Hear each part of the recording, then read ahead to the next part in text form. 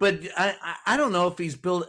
To your point, I don't know if he's building any friends by suing for $10 billion. We'd all love to have $10 billion out of the federal government, and I think that just for those poor members of MAGA, and I'll go back to my brother-in-law who said just like a rich guy to take advantage of the system to get richer. I don't think it builds him any friends among the poor in MAGA. Well, but even wait, because it is. I think things like this really are backfiring on him because, like, Ron Johnson and other MAGA people are getting, frankly, pretty annoyed at it. And, there is a tort claim that Trump still has pending at the Justice Department for, it was, I think, at least millions of dollars, as I recall, that he was seeking about the search at Mar-a-Lago. Right. That his own personal lawyer, who's frankly still his personal lawyer in the Justice Department, both Blanche and Bondi, the Deputy Attorney General, the Attorney General, they never have stopped or ceased their roles as being Trump's personal lawyer, which is another thing we need reform about in the future administrations, Democrat or Republican. But if there are any payouts that Trump allows his own Justice Department, of which he's the top law enforcement officer, if he authorizes these own payouts to him for his own personal pocket, I think you're going to see a huge backlash from Republicans, including MAGA supporters. And, whether that impacts anything against him personally, because maybe he won't run for the third time, which is still a possibility. But it could have unintended consequences to people like Vance and Rubio, who, if there is a payout to Trump, are most certainly going to be asked by reporters, do you think that's appropriate? And either they say, no, they don't, or they put their foot in their mouth and suck up to Donald and say, well, he was wrong, so of course he deserves compensation. Well, and that'll impact them. I think all that sucking up to Donald ceases to exist the moment Donald ceases to hold the power.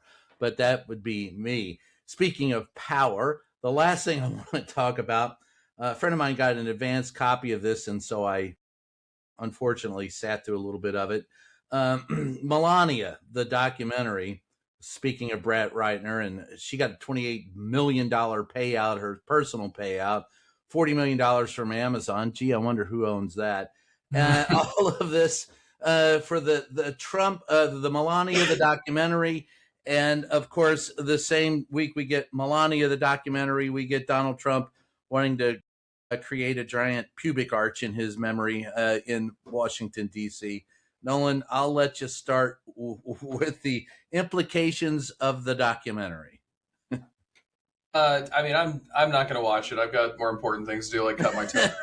Trust me, vapid is an understatement. But I don't know. I horrible to speak on this because I just find all these like documentaries and books by wealthy and powerful people talking about themselves really annoying. I've never been into it,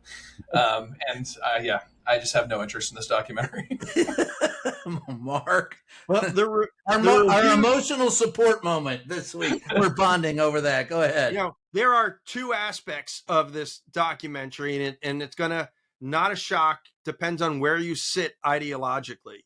If you go online, and those who are on the left, or at least not Trump fans, which could also be on the right, you were doing what I was doing, which was searching your local movie theater to see what seats were available for the showings, and generally seeing that there were maybe 2 or 4 seats that were sold in the theater. It was otherwise completely empty. But then you would see posts on X of people saying how, oh my God, I went to the theater and my kid was like, oh, Daddy, I want to go. I want to see Melania. and that the theater was packed.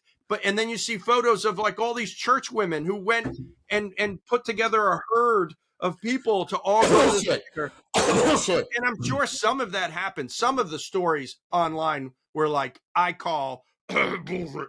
There's no way that story was true about how packed out the theater was. Nonetheless, apparently the documentary brought in like $8 million over the weekend, which is the largest for a documentary in a long time, which is not surprising because most documentaries cost like $850,000 to make. So if it brings in $1 million too, that's holy cow. That's incredibly successful. But as you said, this documentary cost tens of millions of dollars. 40 million. It will never make money. 40 million. The reviews are horrible about it. The best one was, the movie's so bad that those on the airplane who had to see it would walk out.